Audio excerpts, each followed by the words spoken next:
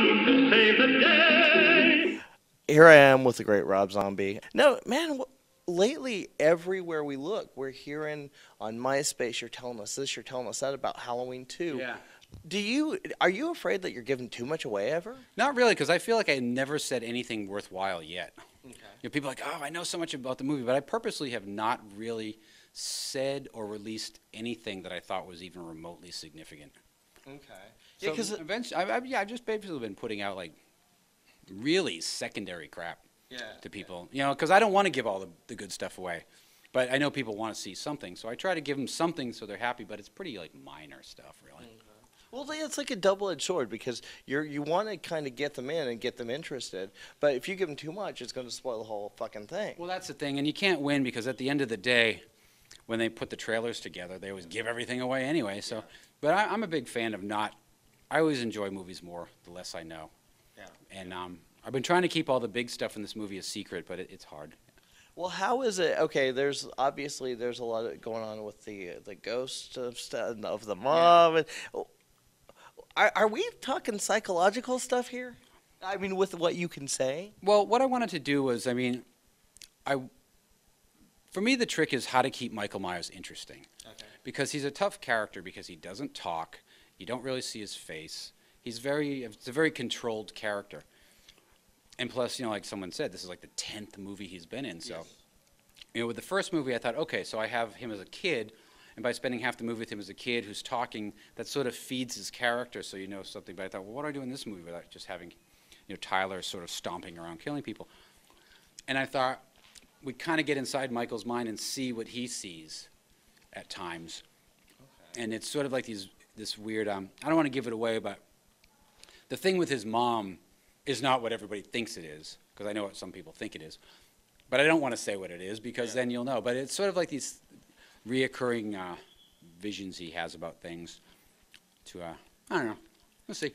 Dude, it sounds like, okay, you've been dealing with day one, you've been dealing with the haters, you've been dealing with people saying, how could you touch the classic, and now you're doing part two, but do you feel that your Michael Myers is becoming kind of your own thing, a completely separate entity? Yeah, I think he completely is now. With the first movie, it's tough. It's a remake. Everybody has their, I've kind of the best way I can describe it is Halloween fans are sort of like the equivalent of Star Trek fans, in a way where they're not just horror fans. They take it to another level, just like Star Trek fans aren't just sci-fi fans. They take it to this other level. And they all think they know exactly the mythology of what Michael Myers is. I talked to the one guy, if he had an opinion, you would listen to, which is John Carpenter, and John Carpenter's basic opinion was like, whatever, dude. Do whatever the fuck you want. And I was like, exactly. So that's the way I look at it. And now I believe, I could be wrong about this, but I believe I'm the only person who's ever directed 2 Halloween movies consecutively and followed their own journey of Michael Myers. Usually it's like one guy, next guy, next guy, and it's always different and it never makes sense. So the journey of Michael between this film really informs the last film well, so you'll watch the first film very differently after you see this. So, I think our Michael Myers is the best Michael Myers. I don't think anyone played him as good as Tyler Mane. I don't think anyone infused him with as much and anything as Tyler, because usually it was like 3 different stunt guys, but we always used Tyler, even for stunts, for anything. We never let anyone else get in the suit, and I think he's the most memorable one. It'll never be more memorable than the first time he appeared on screen. It's not possible. It's just not possible. And but other than that, I do think Tyler he's the best Michael Myers, and he made something special out of it. Now, I keep hearing rumblings about Season of the Witch, Halloween 3, and your involvement in that. Is that serious, or is that just bullshit? I never say anything. That's just a joke.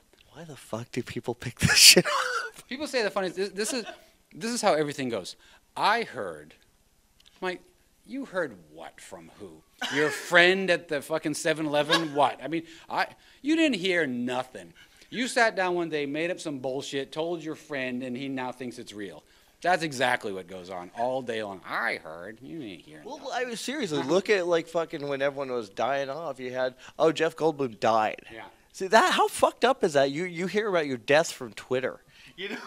Well, people basically don't listen, for one thing. And, so one guy writes on a message board like, that'd be cool if they did Season of the Witch. Another guy reads it as like, they're doing Season of the Witch. And then it suddenly becomes, why would anyone remake that movie? Maybe someone will. I'm certainly not going to remake that movie. I don't even want to watch that movie. The only thing that movie really had to offer was Tom Atkins was kick-ass. Yeah. That was it. I mean, enough is enough for that. Now, what's that? What else is good? You've got a few other things on the plate right now. What are you looking to do next? What you hitting next? Well, September 22nd, The Haunted World of El Super Beasto comes out, so that project's finally done. That's very strange. And then I have a new album that comes out either end of October or beginning of November, and then we start touring in October. So you're going back tour, man. Oh, hell yeah. What's the new album like? I don't know, it's hard to describe. I think for sure it's the best record I've ever made. Most time we put into it, it's the same band, John Five and all those guys, and we really did something special this time. Do you ever, I mean, obviously you've kind of gotten away from, you've been working in the films, dealing with Michael Myers in your life for so long. Was it just, fuck, I gotta go make some music? Because I know I've heard that you prefer doing films. Well, it's kind of a good balance, because what it is I love making movies. Making the movie and being on set and working is, to me, the equivalent of being on tour. What I don't love is the aftermath of dealing with the system of getting the movie released. I hate it. It's bullshit. So when I get to the end of that journey, I'm like, literally feel like, fuck it.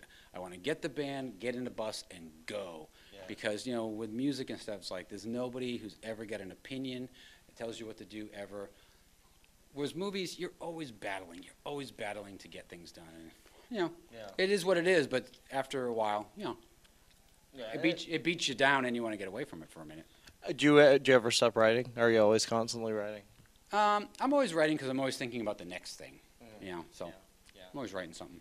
What now, after the Halloween 2 is said and done, how do you think people are going to react to it? I don't know. You never know. I mean, the people I've shown it to, which is not that many people, have loved it to death. And there are people that would tell me if they didn't. It's not like, oh, they just tell it. Yeah. So I think it's a far, far superior film to the last Halloween, which was my goal. Okay. And I kind of reckon it to, it's the difference between Devil's Rejects and House of a Thousand Corpses is the difference between Halloween 2 and Halloween. Oh, dude, yeah, you just got me excited. You know, Halloween was a much cleaner, nicer film. This is a really dark, dirty, nasty movie. Well, what about, like, with Scout? She seems like, you just seem like you fuck her up in this movie.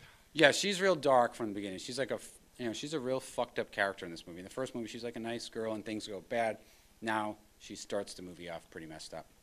What is it about? Because I'm a huge '70s fan.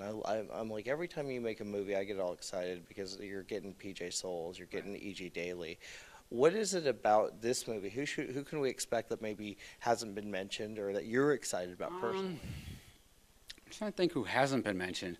I mean, as far as kind of bringing back people from the past that I really love, like Margot Kidder's in the movie, and that was kind of cool. How was she to work with, by the way? She's great. She's super nice, super awesome.